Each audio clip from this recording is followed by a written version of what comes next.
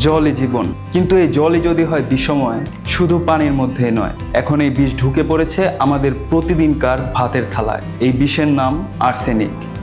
আর এই মুহূর্তে এই আর্সেনিকের ঝুঁকিতে রয়েছে পুরো এশিয়া, বিশেষ করে বাংলাদেশ।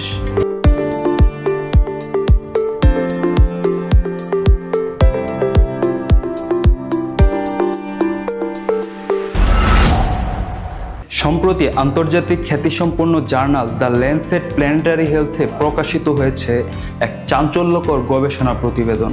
নিউ ইয়র্কের কলম্বিয়া ইউনিভার্সিটির পরিবেশ বিজ্ঞানী লুইস জিস্কা ও তার সহকর্মীরা এই গবেষণায় জানাচ্ছেন, ধান জমির মাটিতে জমে থাকা আর্সেনিক ধানের শীষে পৌঁছে যাচ্ছে। আর সেই ধান যখন ভাত হয়ে ওঠে, তখনই শুরু হয় মানুষের শরীরে বিষক্রিয়ার পথযাত্রা।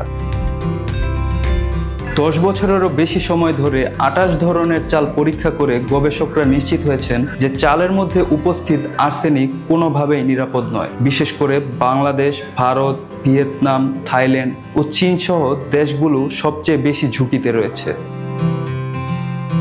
এই দেশগুলোর কোটি কোটি মানুষ প্রতিদিন ভাত খান। ভাত, চিরা, খই, মুড়ি এসবই তৈরি হয় চাল থেকে, অথচ এ চালই প্রতিদিন পরিণত হচ্ছে মরণাস্ত্রে।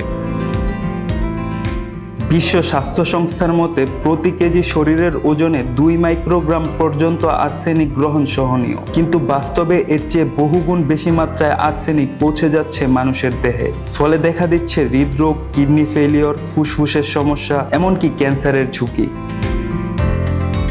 শুধু তাই নয়, নিয়মিত আর্সেনিকযুক্ত খাবার খেলে আমাদের শরীরে দেখা দিতে পারে চর্মরোগ ও স্নায়বিক সমস্যা। আর সবচেয়ে ভয়ঙ্কর যে অংশটি, সেটি হলো এই আর্সেনিক সহজে আমাদের শরীর থেকে বের হয় না। আর্সেনিকের নানা রূপ রয়েছে, এর মধ্যে সবচেয়ে বিপজ্জনক আর্সেনিক 3 বা আর্সেনাইড। আর গবেষণায় দেখা গেছে চালের মধ্যেই এই আর্সেনাইডের উপস্থিতি সবচেয়ে বেশি। এই সংকটের মূল কারণ কি? গবেষকরা বলছেন, একদিকে যেমন ভূগর্ভস্থ পানির সেচ ব্যবহারে জমিতে জমছে আর্সেনিক, অন্যদিকে চাষের সময় মাত্রাতিরিক্ত কীটনাশক ব্যবহারে আরও বাড়ছে মাটির বিষক্রিয়া। উপরন্তু জলবায়ু পরিবর্তনের ফলে বাতাসে বেড়ে চলেছে কার্বন ডাই অক্সাইডের মাত্রা। এর প্রভাবও পড়ছে মাটির স্বাস্থ্য এবং খাদ্যশস্যে। কৃষকেরা বলছেন, ভূগর্ভস্থ পানি ব্যবহার না করলে ধান ফলানোই মুশকিল, কিন্তু এর বিকল্প কি?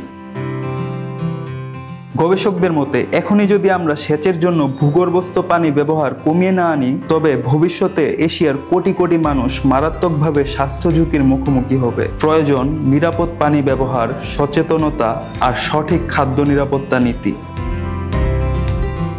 ভাত আমাদের জীবনের অংশ, সংস্কৃতির অংশ, কিন্তু এই ভাতই যদি হয়ে ওঠে বিষ, তাহলে আমরা কোথায় যাব?